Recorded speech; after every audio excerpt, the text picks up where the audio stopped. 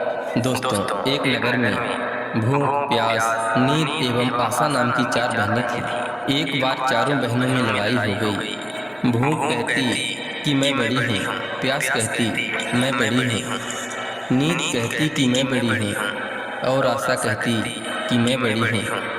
चारों इस विवाद को लेकर राजा के पास पहुंची। एक ने कहा कि मैं बड़ी हूँ, दूसरी ने कहा कि मैं बड़ी हूँ, तीसरी ने कहा कि मैं बड़ी हूँ और इसी तरह चौथी ने भी कहा कि मैं बड़ी हूँ। राजा यह सुनकर सबसे पहले भूख से कहा कि भूख तुम बताओ, तुम कैसे बड़ी हो? तो भूख ने कहा, मैं इसलिए बड़ी हूँ क्योंकि मेरे ही कारण घर में चूल्हे जलते हैं, अच्छे अच्छे पकवान बनते हैं और जब थाली सजा कर दी जाती है तब मैं खाती हूँ, इसलिए मैं सबसे बड़ी हूँ। यह सुनकर राजा ने अपने सैनिकों को आदेश दिया कि जाओ और राज्य के प्रत्येक कोने कोने तक यह घोषणा कर दो कि आज से किसी के घर में भोजन नहीं बनेगा। फिर देखते हैं जब भूख को भूख लगेगी तो यह क्या करेगी। पूरा दिन बीत गया, पूरी रात बीत गई। जब सुबह हुई तो भूख को भूख सताने लगी, तो वह इधर उधर भोजन का तलाश करने लगी। जब उसे कुछ नहीं मिला तब वह भूख के कारण घर में पड़ी बासी रोटियों को खाने लगी। प्यास यह सब देख रही थी। वह तुरंत राजा के पास गई और बोली, हे राजन, भूख हार गई। वह घर में पड़ी बासी रोटियों को खा रही है। देखिए मैं सबसे बड़ी हूँ। राजा ने कहा, तुम बताओ कैसे बड़ी हो?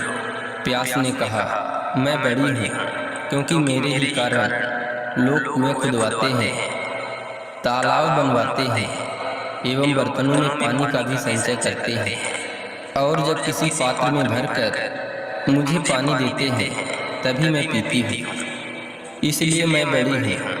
यह सुनकर राजा ने अपने सैनिकों को आदेश दिया कि जाओ पूरे राज्य में घोषणा कर दो कि कोई भी कुएं न खुदवाए, कोई भी बर्तनों में पानी न भरे, सभी तालाबों और कुओं में कड़ी पहरा लगा दो। देखते हैं जब प्यास को प्यास लगेगी तो वह क्या करेगी।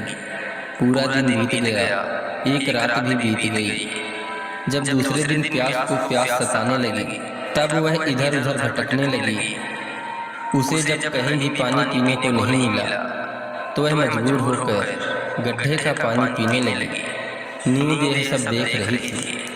उसने तुरंत राजा के पास जाकर कहा कि राजन, प्यास हार गई, वह गड्ढे का पानी पी रही है, इसलिए मैं सबसे बड़ी हूँ। राजा ने कहा, तुम कैसे बड़ी हो? तो नींद ने कहा, मैं इसलिए बड़ी हूँ क्योंकि मेरे ही कारण लोग पलंग बनवाते हैं, बिस्तर लगाते हैं। जब मुझे बिस्तर लगा कर देते हैं तब मैं सोती हूँ, नहीं तो मैं नहीं सोती हूँ। राजा ने अपने सैनिकों को आदेश दिया कि पूरे राज्य में घोषणा कर दो कि कोई भी पलंग न बिछाए, उसमें बिस्तर न डलवाए। नींद को जब नींद आएगी तो देखते हैं वह क्या करेगी। पूरा दिन बीत गया, आधी रात बीती तो नींद को नींद आने लगी, तो इधर उधर बिस्तर खोजने लगी। जब बिस्तर नहीं मिला तो वह मजबूर होकर ऊबड़ खाबड़ जगह पर ही सो गई। आशा यह सब देख रही थी। उसने तुरंत राजा के पास जाकर कहा कि राजन, नींद हार गई। वह ऊबड़ खाबड़ जगह पर बिना बिस्तर के ही सो गई, इसलिए बड़ी तो मैं ही हूँ। राजा ने कहा, तुम कैसे बड़ी हो? आशा ने कहा, मैं इसलिए बड़ी हूँ क्योंकि लोग मेरे कारण ही काम करते हैं, नौकरी धंधा मजदूरी करते हैं, परेशानियाँ उठाते हैं, लेकिन आशा के दीप को बुझने नहीं देते। राजा ने यह सुनकर अपने सैनिकों को आदेश दिया कि पूरे राज्य में घोषणा कर दो कि कोई भी नौकरी ना करे, कोई मेहनत मजदूरी ना करे, कोई भी काम धंधा ना करे, कोई भी आशा के दीप को ना जलाए। आशा को जब आस जगेगी तो देखते हैं कहाँ जाएगी। पूरा दिन बीता, आधी रात बीती। जब आशा को आस जगी तो वह इधर उधर गई, लेकिन चारों तरफ सन्नाटा था। सिर्फ एक कुम्हार टिमटिमाते दीपक के प्रकाश में काम कर रहा था। वह वहां जाकर टिक गई। कुम्हार ने देखा, उसका सोने का दीपक, सोने की बाती और सोने का महल बन गया। दोस्तों, जिस प्रकार कुम्हार की आशा पूरी हुई, उसी प्रकार आप लोगों की भी आशा पूरी हो। आप लोग भी आशा का दीपक प्रज्वलित कर कर्म को करते